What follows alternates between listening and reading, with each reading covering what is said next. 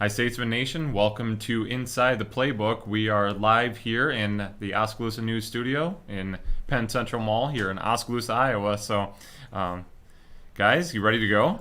I'm gonna crack the whip here. All right, here we go. All right, we're gonna recap last week's games, beginning with football right out of the gate here. Nice victory over Missouri Valley, 41-14. Really took it to the Vikings on their homecoming, which hopefully next weekend we don't have that returned to us by Graceland. But it was run, a little more run. We'll do a run here to the right, we'll do a run to the left, run up the middle, and 358 yards later, we won 41-14. Just really spanked Missouri Valley. Yeah, we really saw what they had begun to do against Central Methodist before that game was ended from weather, but really just mixing it up.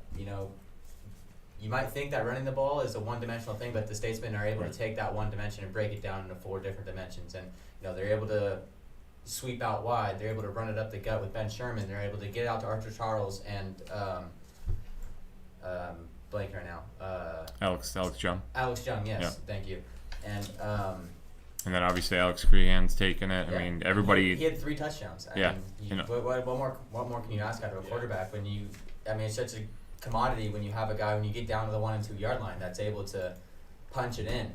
He's a big quarterback, big guy, hard to bring down, and that was the game plan it seemed for the Statesmen right out the gate. Yeah, it was true triple option. The quarterback had 70 yards, slot backs had 180, fullbacks had 108. Again, every single yard picked up rushing. There's old smash mouth triple option attack there for the Statesmen. Obviously, would like to have more passing yards, but we only threw 3 times anyhow, so it's not like there was going to be a lot of passing yards off of that. Didn't need to do it. Yeah, if you don't need to. Yeah, the script determined that. You get out to a big lead, no need to throw the football and just run some clock. And credit to the defense as well. You hold an offense. Yeah, you hold Missouri Valley to 14 points. That's going to win you most games. Oh, yeah. So. No, for sure. Leading that defense, Rashawn Coleman had 3.5 sacks. Basically lived in that backfield all day. Had 3 forced fumbles as well. Probably got snubbed as not getting the player of the week, but just what it is sometimes. But great victory. Technically 2-0-1 in our last 3, so going into the bye week, trying to get everybody healthy, get ready for North Division play, and in a good position, looking like the team that everybody thought they would be. So, sure. Graceland we'll talk about. They're coming up next week. Jared will switch it over to women's volleyball. Yeah, well, volleyball last Friday played Mount Mercy. They took a tough loss. They lost 3-1. The offense really struggled to get it going. Had a tough time finishing some close sets. Corinne did have a nice outing. She had 10 kills at a 333 clip. Macy Bailey really stepped up as well. Despite the loss, she had a double-double of 20 assists, 13 digs. Somebody that hasn't gotten a ton of playing time as of late, but when she is in there, she seems to really get the job done.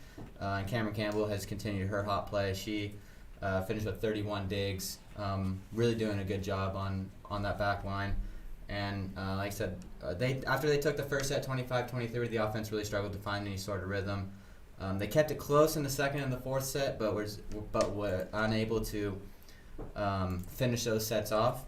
But on Saturday, the team responded. They came back, and they were able to finish off those close sets.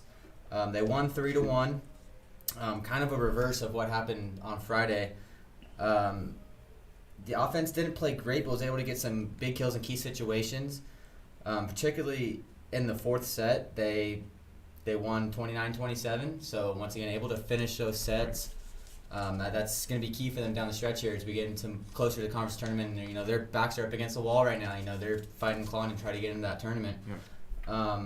Corinne played very well in that game on Saturday. She had 17 kills. Coach Cleaver said she put down a couple balls that she was just looked at her and said, "Wow, like how did you put that?" And then the defense stepped up 3 DSs, finished in double digits, and Cameron Campbell once again at 31. That's kind of been the magic number for her. She seems every night she's getting anywhere from between 30 or 33 digs per game. And Tuesday, what a match that was. I mean, it was a great 5-7. Yeah, really back and forth. Kind of a we're almost getting that point in the season where it's a must-win scenario to keep their season alive, and they showed up on their home court and they showed out. was able to finish off some tight sets again. So once again, it seemed like, they remembered that feeling what happened on Friday where they were losing those tough sets, and they came back the next 2 matches and were able to finish off those 2 sets, both, and kind of eerily, the second and third sets both ended 27-25. And with us facing set point against us. Yes, we were down exactly. 25-24 and reeled off 3 straight. So Yeah. that was huge. How much that had to do with home field advantage or home court advantage, whatever. Obviously that was big. Mm-hmm. That was all 3 of these matches we said coming into this week they had to go at least 2-1, Mm-hmm. preferably 3-0. Obviously, Mount Mercy's the team they're going to be chasing. Depending on how that works out, there's still several matches left, but that would have been good to have stolen one against Mount Mercy. But you can't lose to Peru State, you can't lose to Culver Stockton, Mm-hmm. and fortunately took care of business in those 2. So Yeah, and then in the 5th set, same sort of situation. Yeah. Yep. They were down 13-12, backs up against the wall, scored 3 straight points once again, and Coach Cleaver was really happy with some play out of the younger players, particularly Alyssa Young and Macy Bailey. Yeah. Alyssa Young stepped up, had 10 kills. Didn't hit the highest percentage, but really got some big kills in some big situations. And we've seen, she's coming off an injury, and she did everything she could to get back on the court. She got back a little sooner than Coach had expected, and you see the energy that she brings to the court. she is the X factor. Yeah. You have to have her in the Mm-hmm. not every single play, but you have to have her out there just for her. Yeah, like you said, her energy. She just if she gets a kill, even if she doesn't get a kill, she's very vocal. But when she gets a kill, everything just changes. Your whole mindset. You're just pumped. You're ready to go to the next point, and you got to have her on the Block or court. kill, she's getting her team on fire no matter what the situation is, what the score and is. she could do a little bit of everything. We've seen her step back in defense and play some nice defense. And then Macy Bailey's somebody that Coach said, didn't get a whole lot of playing time in the last game, but in that 5th set, Coach was really pleased with the way she stepped up and did some nice things in that 5th set to help seal the deal. Yeah, Yeah. they're still trying to obviously figure out that setter position. Annalise at times looks great, and then you bring in Sydney Rouge Yeah. at times, and Macy Bailey. So it's great to have that depth, but nobody's really stepping up. And obviously we can run a little bit of a 6-2 situation, but it'd be really nice if somebody would just say, "This is my position. I'm going to run it," and then everybody can feel really comfortable knowing this is the ball that's always going to come from this person, and we can adjust that. But when you got 3 different setters, that ball's always coming off their hands a little bit differently. So Yeah, and that's something Coach Cleaver has mentioned. It's just kind of whoever's clicking with who that match. One day it might be Annalise clicking with Corinne, and then it might be Sydney clicking with Danielle. And just one of those situations that is, like you said, as we get closer, just filling out more definite roles. But it's a really good sign for the Statesmen. They were able to come back from a tough loss at Mount Mercy, a very good Mount Mercy team, and then coming back. And they had chances to win, 2 or 3 of those sets against Mount Mercy, but didn't get a finish. But they came back and they were able to finish and really seemed to find that killer instinct. Yeah. All right. Speaking of killer instincts, the men were coming into Central Methodist men's soccer. Coming into a Central Methodist matchup last Saturday. Rolling 6 in a row, the biggest match of the year against number 1, and unfortunately came up a little bit short. If you guys want to speak to this better, since you were actually at the game, but we gave them everything we could. It was certainly a very close match. The first half, it was really even, and both teams were able to slip through and create some chances. Central Methodist scored 2 corner kick goals, which is something the coaching staff talked about, that they tried to get everyone on the same page in terms of defending those set pieces all week long. Couldn't execute at the end. Each team got a penalty kick. The Statesmen scored off of a set piece throw in from the sideline, or no, it was a corner kick because Donnie scored. So no goals in flow of play. Yeah. In my opinion, the second half, Central Methodist asserted themselves a little more. Not saying the Statesmen didn't play bad, but they were just a bit aggressive in trying to go to the ball and win it back and do a little too much. Central Methodist, I think, has that instinct from going all the way to the championship last year, the patience, possession being their favor, a majority of that second half too. So it's something I think that the team can take away and learn how to be a little more calm when they're playing in a big game, so that then when they get to the hard tournament and hopefully We believe they'll make the national tournament. When they get there, they're not scampering around, running around, trying to win a tackle, slide in, win the ball, but they can get back into good defensive positions because with the formation they run, if they get out of position, it creates a lot more danger than with some of the other formations other teams are on.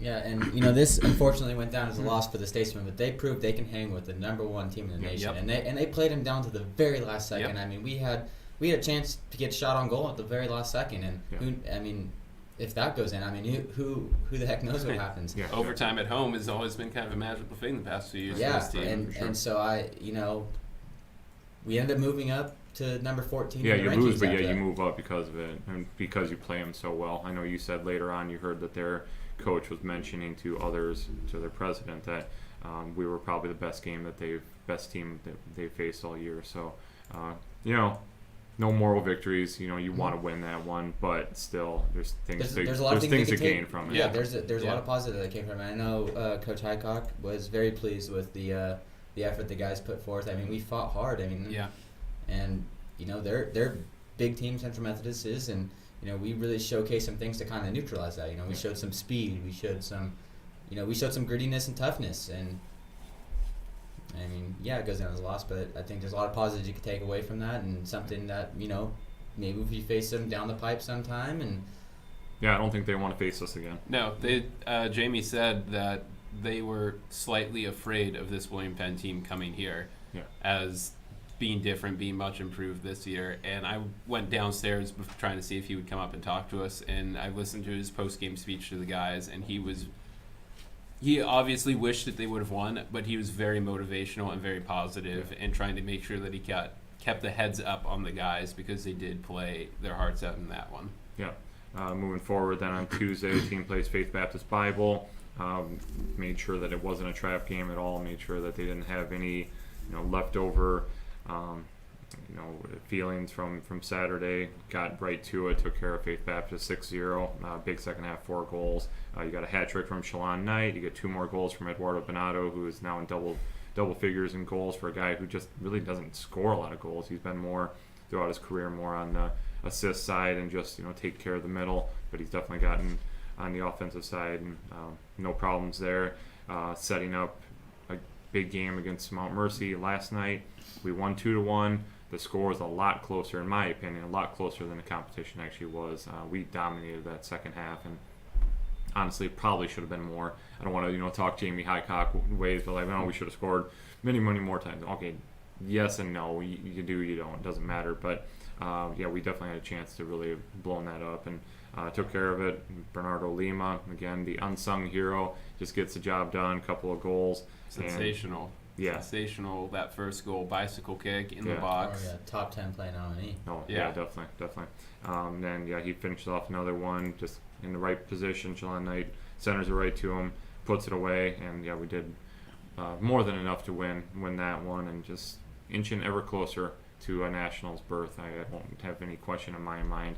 I just got to take care of a couple more opponents down the pipe here. Can't just go 0 for the rest of the way and expect to still be in the top 48, but we're definitely in position to accomplish that goal, and we might even be a team that's hosting that opening round tournament. You got 16 opening round sites. We could be one of those for sure now, the way we're playing. And that at Dross Field would really be something special, especially for our guys. These guys are so hungry, and they want to make the Nationals. They want to not only make the Nationals, they want to go on a serious run. These guys are hungry, and it's incredible. You expect that, like a team that's winning as many games as they are, and some, pulling off some of these big wins, and you expect them, take the foot off the gas pedal a little bit, but no way. These guys are as motivated as ever every time they get back out on the pitch. And I think so much of that, again, just keeps coming back to that. There's so much senior leadership here. Really is. These guys know this is the last dance. Mm-hmm. We've got to make this count. After this, we may never play again. Let's make sure that we can do everything possible in our power to go out winners. So they held Mount Mercy to only 1 shot in the second half, and I think they learned some of those lessons from Central Methodist, because Mount Mercy was similar style of possession, and they just couldn't find the same openings that Central Methodist were able to do. Yeah, and that's one thing I was going to say. You see towards the end of the match, when we get to the 15, 20 minute mark or so, taking the ball to the corner and eating some clock, whether it's 30 seconds or 45 seconds. And those are some things Central Methodist did to us. So it's good to see them apply some of the things that they learned. Yeah, exactly. All right, let's talk about the women's side. A little bit of the other side of the script for women's soccer, who have not been as strong as the men. Of course, similar schedules between the two. They play Central Methodist, who is a top 20 team, and they are blasting away in the heart, and they blasted us away 8-0. Yeah. But it was also a little bit of change of position. There was also a couple player issues, and of course, we're still transitioning goalie with Riley Ludwig still hurt. So, Central Methodist, top-ranked team. All right, moving on. Kind of expected, yeah. Yeah, they move on to Faith Baptist, and they have a better game. And I think, similar to what Jamie would say about the men's last night, probably should have won by more. It was only a 2-1 score. Isabella Davies, Bella Parami both score. That's actually Bella's first goal of the year, which seems weird considering she's always factoring in the game somehow or another. But good to see her get a goal. And the Statesman, if you look at the box score, it seems like it's pretty close, but if you look at the play-by-play, the Statesman had the majority of the shots. They threw up over 20, I believe, and even though Faith Baptist, I think, had 6, almost most of those came in a short spell in the second half. And the Statesman also got to try out Vanessa Hamilton in goal. Told you it was a tough name to say. I fell into your trap. That's bad. That's bad.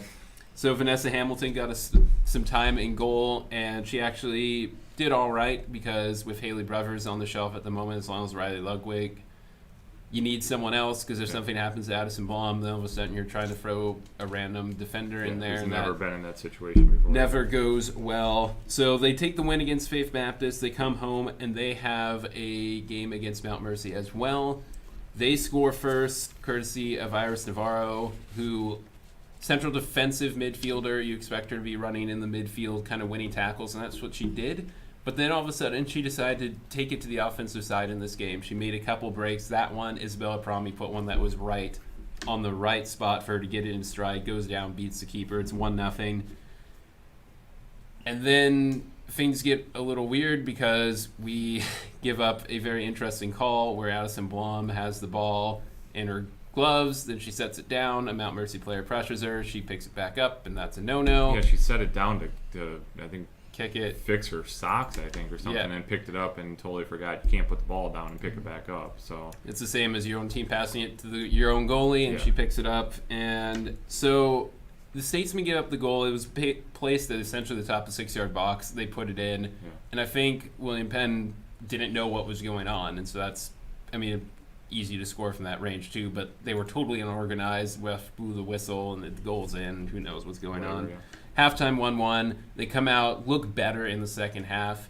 They are pressing, and Navarro gets put into a forward role. Again, they send it over the top. Fellaini rolls it to Navarro. She scores her second of the game. It's 2-1. Unfortunately, then the team turns off, and sometimes they say the worst. It's better. No. It is easier to score sometimes when the other team has just scored because they're still in celebration mode, and that's what happened. It only took 37 seconds. Mount Mercy's tied the game. And then it gets back and forth battling, passes, good chances on both sides to win it. Gets down to the final 2 minutes. And once again, it's Navarro. She gets her first ever hat trick. She's a freshman at the school, already now up to, I think that puts her on 5 goals on the year, which is great for her. Hat trick as well. Came out, top of the box, 18 yards. She buries it. 3-2. Vanessa Hamilton had come into the goal. Final minute. Yeah, so yeah. 40 seconds the game's to go. over. We got it. Over. You're like, here we go. Great winner. Let's just take the ball, possess, and we did, and we sent it back to Hamilton, who then committed the same exact error as Addison Blom. And so this time, though, despite however criticism you want to throw, which we're not going to do here, the referee stopped the clock, and because of that, everyone got back defensively, and Hamilton and Parami and everyone got everyone organized defensively, and I think that extra time gave the Statesmen a chance to set up, and it got into the head of the Mount Mercy player who took the shot, and she just made the field goal, but not the goal because it Right. sailed over yeah, the net. at that point, then it's set up as a PK, except for you got 9 people Yeah, on the line on the versus goal one line, person. yeah, So now you've got now to you place have it to- just over their head, and she Yeah. just launched it. And So it turned out fortunately, to didn't have to go be to overtime. okay, and the Statesmen win a harrowing victory, but a victory nonetheless. They now have a win in heart play, and that's something they really, really needed. Yeah, well, that was a do or die. If you don't win there, I mean, the season's essentially over. And it's not going to get any easier, but now it's still very difficult to make the Hart Conference tournament. But at least you've got a little bit of an inroad here. You can see that, all right, we can beat some teams. We've got to take care of the rest of them, though, from here on. So. Yeah, and all season we've really been looking at this women's team and saying who's going to step up and kind of grab the bull by the horns. Yeah. And Yeah. Iris Navarro really stepped up and did that. We saw it right off the bat. She was being very aggressive offensively, taking the ball, getting some shots in the box, and was able to put 3 in. Yeah, And so And just great to talk about some women's Yeah, wins now, for sure. And the game kind of started out slow, but props to her because she was one that was right off the gate, full speed. Yeah. So, Yeah. good day overall over at Dross Field yesterday. Definitely, for sure. Yeah, 4 in a row for the men and women combined. So, all right, cross country got back into action first time in about 3 weeks. Augustana Brisbane Lundin invite on Friday, and that was a huge event where you have, I think, 320 on the men's side, 320 runners on the men's side, 240 on the women's side. Vernon Trozzi is showing that he is the real deal.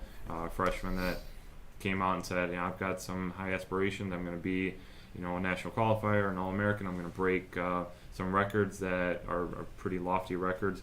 And, he's not there yet, but freshman finishes 35th out of 320 overall, a little over 26 minutes. And, he's kind of right there to almost be on the top 10 all-time runner. That's just at 26 minutes. So he's already showing he's capable. William DeJesus, who was on the show last week, also got under 29 minutes, and everybody else kind of scattered around there, over 30 minutes. And then Michaela Kamek leads the women. She got in the top half, 25-27, as they ran a 6K course, so a little bit longer. As Ashley Johnson said last week, that 1K might not seem like a whole lot of a difference, but obviously a big one. So, they got back into action. It was nice for both teams just to see where they're at midway point. And now they've got the conference, basically a conference preview invite coming up this weekend, so we'll see where they're at. Anything you guys want to throw on that one? Okay. All right.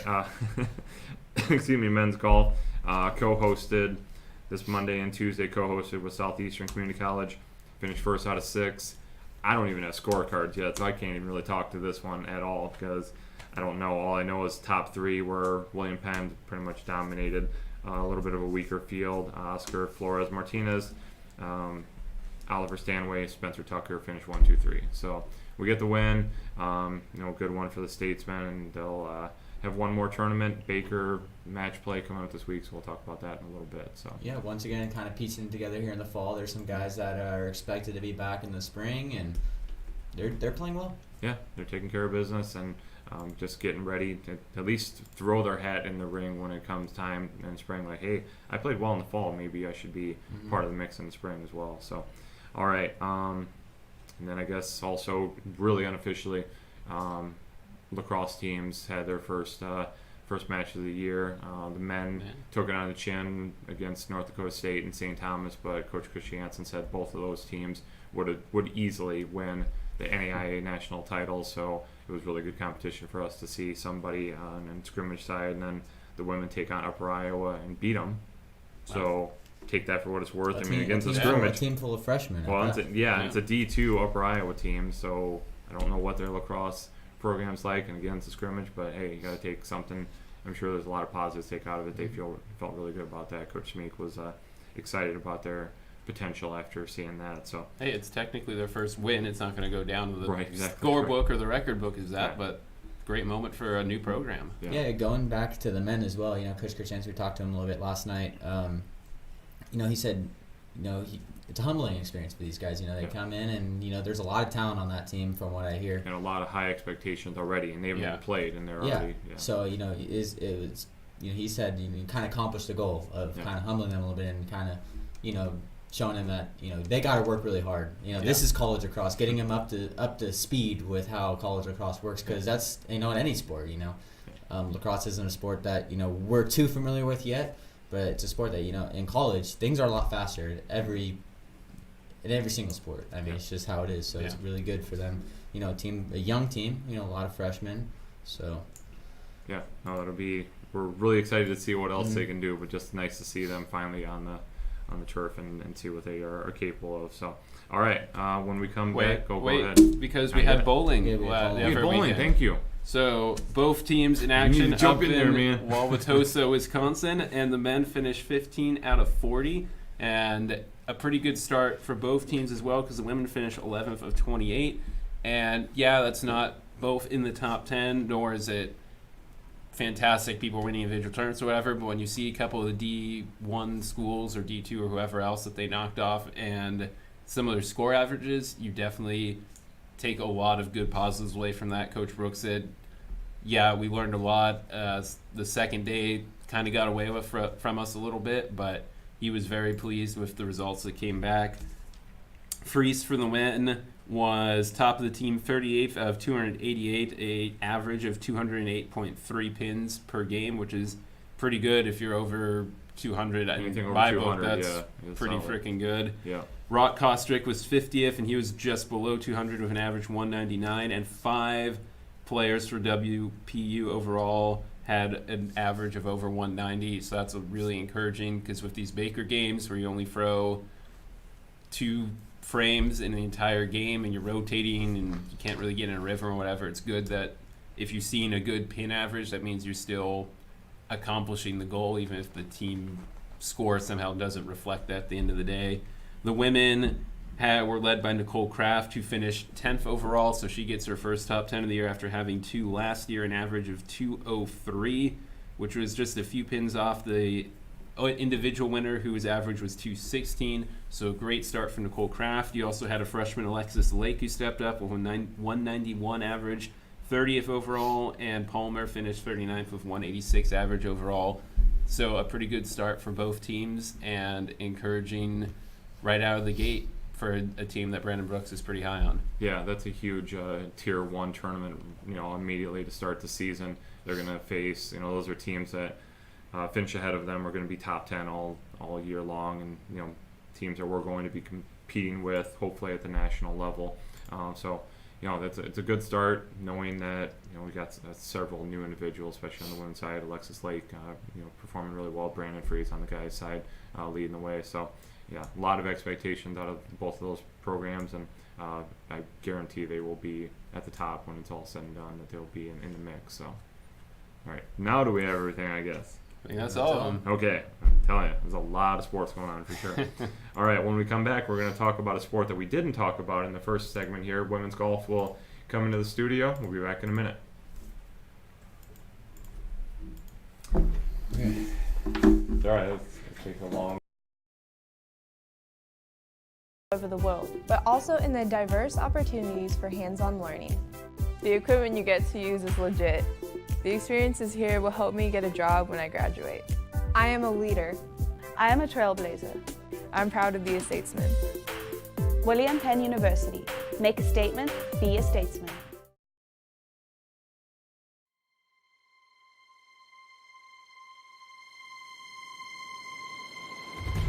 Oskaloosa. It's our community, and we're thankful to be a part of it. Telling its stories, sharing its smiles. We're building community, keeping you informed, giving you a voice, letting you know you're never alone during the victories and the losses, happiness and pain. For tomorrow's a new day, and we'll be there, working for you, ready to tell your story. That's our commitment. It's what we do, now and in the future, because we're always on. We're Oskaloosa News.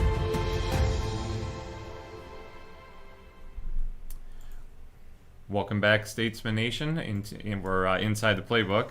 We are joined now by head women's golf coach Bailey Rhymes, as well as senior student athlete Alexis Guimaraes out of San Ramon, California. So appreciate them coming aboard. Ladies, how we doing? Good. It's a good morning. We're awesome. There we go. Great day to be a statesman. Always it is. Great day to be a statesman. All statesmen. Yes. All right, Bailey, we're going to get right into it. You have made the transition, and done well in the transition of becoming a student coach into a head coach.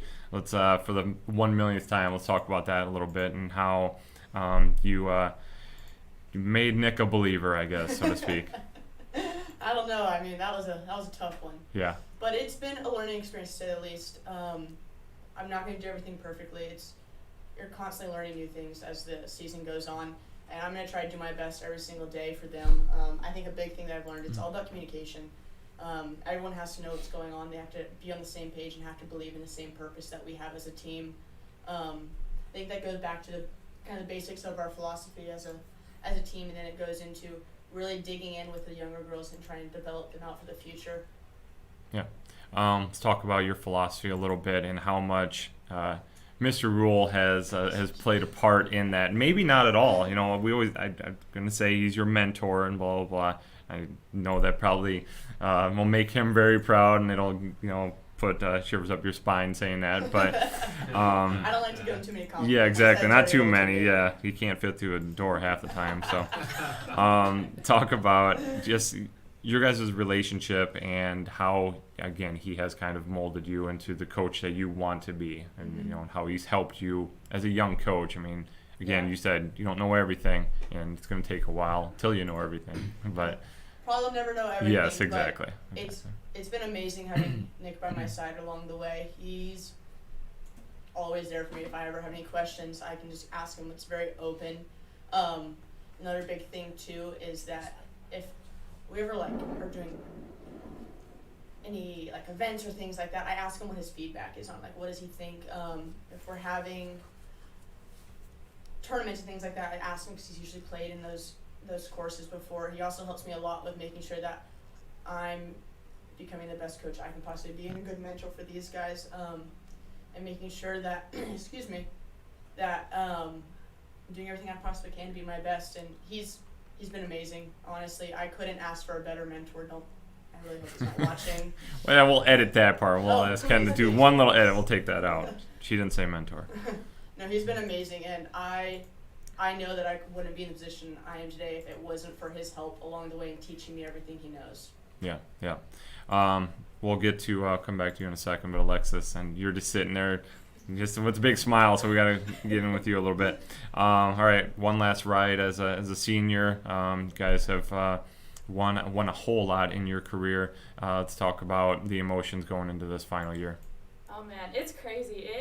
It's gone by really fast, especially this is such a new and young team. The class above me had 6-7 people that they were huge leaders and just personalities and just huge segment of the team. And so it's definitely different, but it's really fun to have all these new girls. They're so willing to learn and ask questions, and they're excited. It's really exciting, and for me personally, I think this season is just about leaving it all out there and just enjoying that last ride. Yeah. Talk about how your leadership role has changed and how much you maybe gained from some of the your predecessors. Me and Brittany are the only seniors, and right. We have Madison and Katrina as returning juniors. Going through the program, people like Elise and Megan and Deanna, they were big leaders on the team, and I definitely looked up to them. They definitely took people like myself and Brittany under their wing, and it's just about learning from them and keeping the team together. That's the biggest thing for this program is we're very family first. It's always we, never I or myself kind of thing. And it's just continuing that, putting it into the younger kids, and they always say, leave the program better than you found it. And that's just Brittany and I's goal. Teach the young ones how it is and the culture that we've worked so hard to build upon. And it's not, we're teaching them it's not always about winning, you know, it's always about your teammates and keeping each other accountable and being there for one another and picking each other up when you're down kind of thing. So. Yeah. Well, winning obviously helps a lot to be a heck of a lot more fun. Keeps a smile on the faces for sure. All right, Coach, let's talk about the senior class a little bit. It is a smaller senior class, but let's, you know, talk about how impactful they have been, considering, you know, you're in your first year and you're still trying to figure out the ropes, all of that, how much they've been able to help. Honestly, they've been amazing. It's been phenomenal. Actually, all the upperclassmen have just been phenomenal about teaching the younger guys, getting them out on the course, making sure that they know kind of what we're about. I can talk about it all the time, but if we're not living it, then it's not going to happen. You got to practice what you preach. And these guys are doing it day in and day out. I see it. They don't know I'm watching sometimes, but I see it. Yeah. And I couldn't be more happy and proud about them. All right, let's kind of, both you guys can answer this, however, and whoever wants to go first. But how is it working the transition from, and I know you've been student coach, you've kind of already, you were already working on that relationship, but playing for a friend, coaching a friend, how is that gone? Because I mean, you got to draw the line sometimes and say, all right, I can't be your friend right now, I have to be your coach. And other times, okay, well, we can put the friend hat back on and blah blah blah. Personally, I think it wasn't as big of a transition as most would think, because I had coached every single one of them throughout their career at some point, and so we were always pretty good about drawing the boundaries when it got to golf and to practicing on the course and traveling and things like that, to where I have a bond relationship with you, but I also have a purpose of being there. Like, I'm here to push you, to challenge you, to build you up.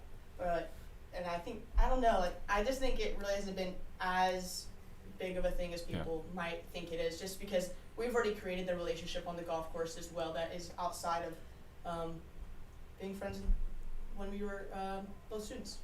Sure. I agree. I mean, people, and you hear it on campus sometimes, like, oh, what's it like? How, like, she was your teammate and your student coach, what's it like? And we're close, and it goes the same way. You're not that close, though. We're close, but I really don't like her. I'll call her my friend, I guess. Plot twist.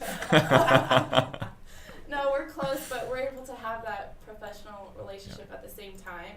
I think the fact that we do have that strong relationship helps with coaching. I mean, when you're both on the same page, both have the same vision, and you're able to keep each other accountable, I think it works well. I mean, we'll joke around on the course, but when it's go time, and we're focused. And I'd say everyone still respects her as a coach. She's a really awesome coach. And we joke around and have fun, but when it gets down to it, it's focus time. And I think the team as a whole does a really good job with that. Yeah. It's running day, isn't it? Because she's buttering you up, like, please, not so much. This morning. Oh, okay. Workouts All right. this morning. Good stuff. All right. Great start to the fall season, Coach. Already got some wins under your belt. Already chasing Coach Rule, and gonna take him down in just a couple of years at a win total.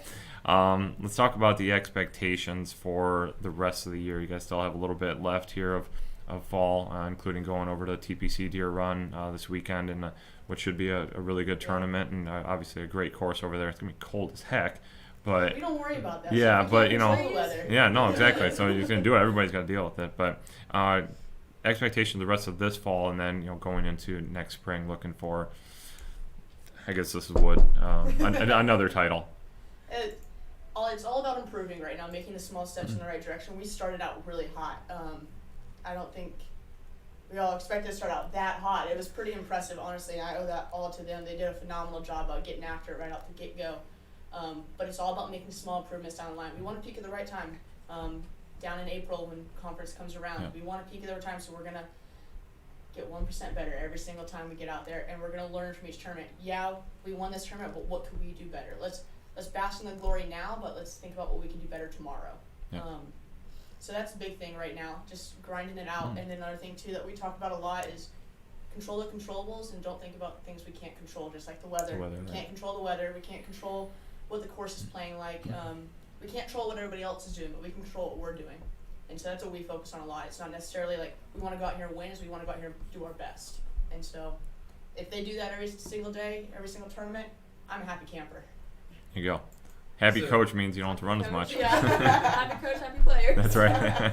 So a little bit on that, TPC, obviously one of the players' courses, is a big deal. They have national tournaments and all that. Do you do anything as a coach to prepare players going to a new course, even if they've played it, or maybe for some of the new players who haven't played it? How do you prepare them for especially a tougher course, but any course in general that you're venturing out to? So TPC plays a little bit longer than most. It's a little wet and obviously beautiful course, taken care of by John Deere, and then not sponsored by. And so we play them longer in practice. When we do qualifying, things like that, we play longer than we have to, so they get used to the longer distances and less rollout. And then on top of that, we will be playing a practice round tomorrow. And so getting those that haven't been to the course already, time to see the course, walk around, get a practice in, and then we'll have a meeting after we do our practice round in practice to kind of talk about the course, kind of get a layout of the land, and have anyone ask any questions they might have. Alexis, before we get to our Furious Four questions, thanks, Jared Goodman, for all that. But talk about your own expectations for this year, tangible stuff. I know you said I want to be a better leader and this and that's all great. But as far as a player, what are you looking at? Like, I need to improve on A, B, C, and D to really accomplish my playing goals. Well, I think the biggest thing for me that I definitely learned a lot over the past couple years, especially last semester, is just control what I can. I'm only control of myself, the course conditions or how other people are playing, out of my control. All I can do is believe in myself. I think that's the biggest thing that I just need to keep doing, and just doing that and leaving it all out there. Playing with no fear is kind of my mentality going into this season. Just leave it all out there, believe in myself, and everything else should take care of itself. We like to believe that, right? Yeah. All right. And then Go ahead, before Justin. we do that, just because as a golfer myself, it's not a sport you really just don't play in PE. You don't walk onto a field and kick a ball or anything like that. So how did you end up getting into golf? Well, I started playing when I was 5. My dad actually didn't even play golf either. He was just watching on TV, and I guess I just rolled in. I was like, Dad, I want to play that. So That looks cool. That looks cool. So him and I actually started learning golf together, and I was also playing some other sports at the time. And then around middle school, early high school, I was like, I want to play in college. Like, I want to go as far as I can with this. And then I joined my local golf academy, and they really helped me out so much. So shout out to San Ramon Golf Course Academy, Jim and Denise. But Not sponsored. Not sponsored. But yeah, it was just kind of a fall in love with it kind of thing. I got the itch, and And all those great tee shots later, the reason why you just keep coming back, right? Yeah. Not the missed putt or anything. it's always that one really good tee shot or that really long putt Yeah. to save par or make birdie. Like, I'll stick with this. Yeah, it just takes one. You can have 150 horrible shots, which would be, in my opinion, 150. One decent one. You'd be like, all right, I guess I'll try it again tomorrow. Why not? All right, Justin, everything else? Otherwise, I'm going to No. Furious 4. Let's, Here we go. Send them fast over here. Okay, all right, Furious Fast 4. Okay, Alexis Guimaraes, what's your dream car? Oh, man. It sounds kind of cliche, but I just want to drive a Lexus. Just drive it? I don't want to own it. I just want to drive it once. And Okay. I want it to be blue. Is that Okay. what your Any name's reason? Alexis? Yeah, that's what I was going to say. Alexis is Lexus. Just Would say that be your that. license plate? I'd consider it. Alexis is Lexus. Okay, Yeah. very cool. Blue, are we talking William Penn blue, or are we Always. like, okay, well, William I'm Penn all the just way. making sure. I mean, there's lots of blue out there. Baby blue, all that stuff. Okay, number 21, two-part question. How would you describe yourself, and how would friends describe you? I would describe myself as outgoing and positive. I think other people would say something along the lines of that. Probably say something about how much I laugh and smile. Just a couple times. Just a couple times. How would Coach describe her? Hilarious. She's always got me laughing, and the whole entire van and team laughing at all times. She's a hoot. Dancing in a van. Yeah. What are you If doing? you ever are like watching a volleyball game or something, just look off to the sideline. She's over there getting a little Breaking it dancing. down. All I need is a good playlist. Or just any music at all, right? Yeah. There you go.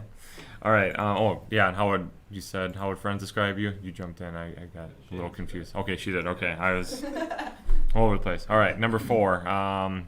Your third question. Your favorite athlete. Who is your favorite athlete? Oh gosh, I love Steph Curry. I'm from the Bay Area. Yeah. I love the Warriors. I think he's awesome. He's down to earth. He's one of those athletes that he knows he's good. He believes in himself, and you see that. He's all for his team, and I just aspire to be like that. Okay. Finally, number 11. Probably know the answer to this, but your favorite sports team. Oh, Golden State Warriors, San Francisco 49ers. I love my SF Giants, even though they're not doing too hot. Yeah. All Bay Area, all the time, All right? Bay Area Niners are 4-0, though. I know, right? Let's go. Crazy.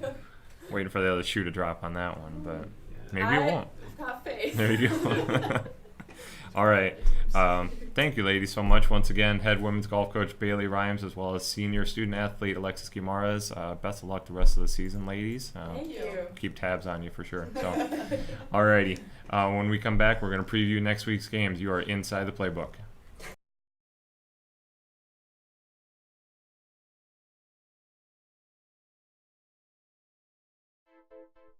The student community at William Penn made an impression on me. It's a real statement that you can come here and be part of something real. You have the opportunity to participate in activities, to be involved, to make a difference on campus. The coaches are awesome. It's easy to play for coaches that care about you. It gets more effort out of you because you appreciate what they do. The real experiences at Penn have helped shape who I'm going to be when I graduate. I work harder because I want to be part of the conversation in class. William Penn gives me the freedom to be who I am now and the tools for who I want to be. Diversity runs deep at William Penn. Not only in the student body, which is made up of people from all over the world, but also in the diverse opportunities for hands-on learning. The equipment you get to use is legit. The experiences here will help me get a job when I graduate. I am a leader. I am a trailblazer. I'm proud to be a statesman.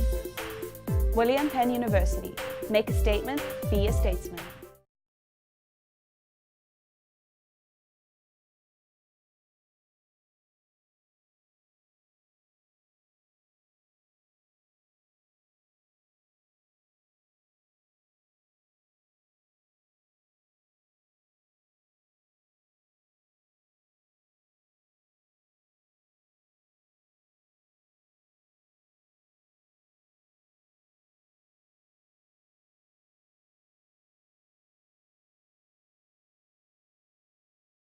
You're never alone during the victories and the losses, happiness and pain. For tomorrow's a new day, and we'll be there, working for you, ready to tell your story. That's our commitment. It's what we do, now and in the future. Because we're always on. We're Oskaloosa News.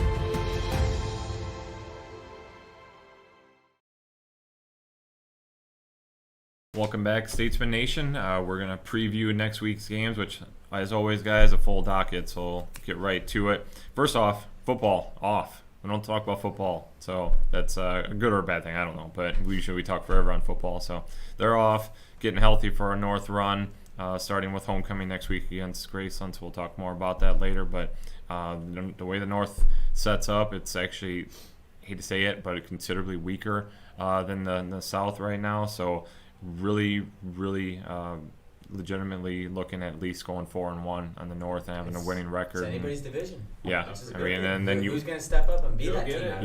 Yeah, exactly. And then you have Grandview looks like they're just going to run away with the whole thing, but that's such a big rivalry game, and in a couple weeks we can talk more about that. But that game could be up in the air when it comes time. William Penn could be reeling off 4 straight weeks of not losing, feeling really confident, and so again we'll talk about that in a couple weeks. But all right, women's volleyball. Yeah, they have a big tournament coming up this weekend in Des Moines, the Grandview tournament. A lot of good teams play there. This is kind of preparing them for the final stretch of the season, so hopefully they can continue to learn some things and maybe take a game or two at this tournament, which would be huge for them. But yeah, Friday they start off with Huntington, and then Saturday they come back with John Brown and Viterbo, all 3 pretty good teams. And if we can find a way to get a game or two in this tournament, kind of prove that we belong in some of these bigger tournaments, it'd go a long way for this team, and especially gearing them up for that last run as the season winds down to make their run at the conference tournament. And then they return to hard action on Tuesday with Graceland at home. They already went down there and they beat them, so now they got to come back up here and take care of business and keep going. They've won 2 games in a row now in the Heart and 2 big games, so look forward to them keeping it going. Yeah, it'll be interesting to see how they stack up against the likes of Viterbo. Is going to be a different beast. So if you can steal a set against them, you feel really, really good with a top 10 team like they are. But Huntington and John Brown, I think I don't know as much about them. Hopefully, maybe you can steal a couple there, and then you just got to take care of business against Graceland and get that big win there. So men's soccer. Couple matches. You've got Mid-American Nazarene coming to town on Saturday, another big one. This is a team that I think is sitting about 4th or 5th in the conference right now, but they're coming on strong as of the last few weeks. So I know Coach Highcock's all about one game at a time, and as cliche as that is, it's totally true right now. Let's not overlook anybody, especially not that team. We beat them last year. They're going to be mad. They're going to want to get revenge. So if we can play like we have been for the entire year, let's be honest, we'll be in good position to pick up a victory there. And then Clark on Wednesday. It's up at Clark, which is probably about the only thing that would scare me a little bit, is because that's a good road trip up to Dubuque. Beyond that, that's one of the worst teams in the conference, and we just go out, take care of business. That's a win that we should have and put in our back pocket, build our resume a little bit more. So, yeah, for sure. Bingham is probably the last one of the top half that if you beat them, you still got Missouri Valley, but sorry.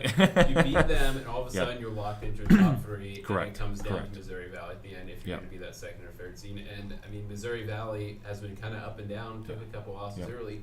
Who knows? Maybe somehow they stumble against another team. They still have a few teams left on the schedule that are pretty tough. So kind of up in the air. And the women, of course, will have the same schedule as the men. Both teams are done with non-conference play, one-offs or anything else like that. So they play Mid-American on Saturday as well, and then journey up to Clark as well on Tuesday. And we'll see if they, with a couple games of offense, get a little bit of a spark and can start producing at a better clip at every game instead of getting shut out, because entering the past couple games they've scored 1 goal in 3 or 4 contests. So going back to the men, you mentioned Coach Highcock stating that they're taking it 1 game at a time, and it's kind of a luxury at this point in the season to kind of say, hey, we're where we want to be.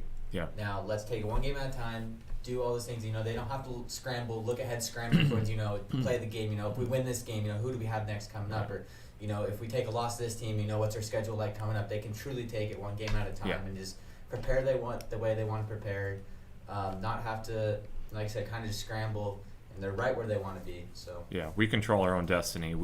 Outside of not winning the conference, we need help there, but being in a position to, the bigger goal was to make nationals, and right now we just beat who we need to beat, 1 game at a time, and again, they're like you said, they're not scrambling trying to figure out, man, we have to win 3 of our last 5 to make the tournament. It's no situation like that. It's just we do what we need to do, what we've been doing. We're fine. Yeah. Heck, all right. Central Methodist probably has won the conference. They've taken care of Missouri Valley. They probably, I don't know who's left. I really don't see anybody really challenging them. They're probably not going to take a loss. They're going to be undefeated in conference. Only have 1 loss in the year. Blah blah blah blah blah. Yeah. Get to the conference tournament though. See what happens. They might face Missouri Valley again, who will be hungry after losing a couple to them in a row. Maybe they knock them out. All of a sudden, doors might open. You may get a second chance at them. See what happens. Yeah, for sure. And I think on the women's side, these are two of the tougher teams, not upper echelon, but I think Mid-Am is third in the conference right now. Clark is right there in the middle of that of the pack. Two teams that are definitely beatable. But we're going to have to bring out our A game for sure. Yeah, and it's one of those where if you could get those couples, suddenly you're back to life. You're off life support, and you have a pulse again in the conference. If you take a loss or two. Yeah, I mean, like I said, in the next handful of days, we'll find out if we're in position that we could even do it, because there's still some good teams left to play. Evangel is a shocking number 2 in the conference right now. They're not receiving votes even, but they're second in the standings, so we still have them down the pipe, which has normally been an easier game. So there's just nothing easy coming in the Heart, and it never does. So cross country wise, it'll be a conference preview site as they go down to Fayette, Missouri. Central Methodist Gary Stone Invitational on Saturday. Should be a good one. I'm sure most of the conference teams will be there, and wanting to see what that whole course is going to look like. So be really interesting to see how our top runners, especially Vernon Trozy, how he stacks up against conference competition, and see if he's right there in the mix to make a national qualifying spot. Probably being, I think, top 10, top 15 is what you need to do there. So he very well could be one of those guys. Talk about women's golf. Women's golf, we just talked to Coach Bailey Rhymes and Alexis there, and they are playing this weekend, TPC Deer Run. I don't know the exact, how many teams? I think she said there's 13 or 16. So that's a pretty stacked, I think it's in terms 13. of deep field, a lot of players out there. So they play both Saturday and Sunday, and we'll get the results to that Sunday night. So check back for those results and see how the Statesmen do on their third tournament of the year. And then after that, they take another little short rest. Yeah, no, that'll be a good one. I think Bailey said there's a whole lot of teams that they've never played before, so it's going to be kind of interesting just to see how they stack up against some teams that are over in like the Indiana, Illinois area, Wisconsin, etc. So yeah, that'll be cool. Speaking of cool event, men's golf completes its fall season at the Baker Match Play tournament. So Prairie Highlands will be the host course down in Olathe, Kansas, and again, I think I mentioned this last week, and just right there in the title, match play. We're not playing regular stroke competition, not seeing, hey, it's a 294 good enough as a team. You're literally going, all right, Justin, you're facing Jared as the number 1s for both team, and then the number 2 is facing, the number 3 is facing, the 4 is 5, and whoever comes up with the most wins, Ryder Cup style, all that, it's going to be a lot of fun. I really actually kind of like to go down there and see that. They're guaranteed 3 matches. There'll be 8 total teams, so they're already going to be pre-seeded. So you'll find out, okay, if we're number 3 seed, then we'll get 6, and however it works out, you'll go all the way back in consolation. So they'll at least get roughly 3 rounds of competition under their belts on Monday and Tuesday. So that'll be just a lot of fun for them to close out the season, and I guess put a little different type of pressure on themselves, see how they can do head-to-head. Yeah, that's different with golf, because having played golf in high school, coached a little as well, at times it can grow. It is kind of the same thing over and over again. Yeah. If you're a good team, you do want to change it up. In a different format, challenge you in different ways, because then it's not necessarily, what's my score at the end? Now it's, I need to win this hole. Can I get this hole back? All right, I messed up on that hole. Can I push him on this hole and get back into it? Yeah. So it's a bit of a different mentality. Totally. And it also would be really fun. I wish I could do something. I never got a chance to do that, so that should be a fun event for them. Yeah, it'll be interesting. There's goods and bads there, because like you said, you're going to press harder at some times than you normally would, but in other times, like if you got a big lead, here I can afford to like lay off on this hole, and worst case, I put it into the weeds and now I can't win this hole, so I can just give up, and that wouldn't normally be your mentality, in stroke play. So yeah, but it's better for course management, because then you can sit there and you think, okay, yeah, I've got a lead, so I'll play the course smarter so that I'm looking for par. I don't have to get out the bigger club and really swing for it to try and get it on the green because I need a birdie or something like that. Yeah. So it's a good way to learn that course management, which will then help once you get back around to the end of the season in the spring when you're playing for championships and things like that. No, I definitely think it'll be great. Lessons learned will come out of it for sure. So, all right, do we cover everything? feel Bowling's like off till bowling's 19th, off, yes. 20th. I think that's about it. Speaking Yeah. of you versus me, ready for fantasy this weekend? We're facing off in our. All right, we'll talk in our about this league, next so, week then. Find out who won and who stepped up for them. See if they picked the right RB1s and all that stuff. So Props to Wade for learning the lingo here. I know I'm Good figuring for the it out. I haven't played fantasy in 20 years, so I don't even know. But 90% of our conversations. yes, revolve around fantasy yeah, for football. sure. All right, yeah, and then just a few weeks down the pipe, we're gonna be talking basketball and wrestling, and yeah, it's gonna get Big really busy homecoming for weekend. yeah, sure. big homecoming weekend next week. So that'll be exciting. Bringing Graceland to town, football. Hopefully, if you're watching this, definitely come out and check out the football team, but check out soccer's gonna be playing that week, and just come back All and the see your sports. friends. Yeah, I mean definitely just enjoy homecoming activities. So. One of the best weekends of the year, in my opinion, if not Oh, the yeah. best. Yeah, no, definitely, for sure. All right, so again, for Jared Goodman and Justin Burtis, I'm Wade Steinloggy. We are here in Oskaloosa News Studio in Penn Central Mall. Thanks to Ken and Ginger Alsop for hosting here every week. We're very, very blessed to have a relationship so great with them. So until next week, you are inside the playbook. Go Statesman.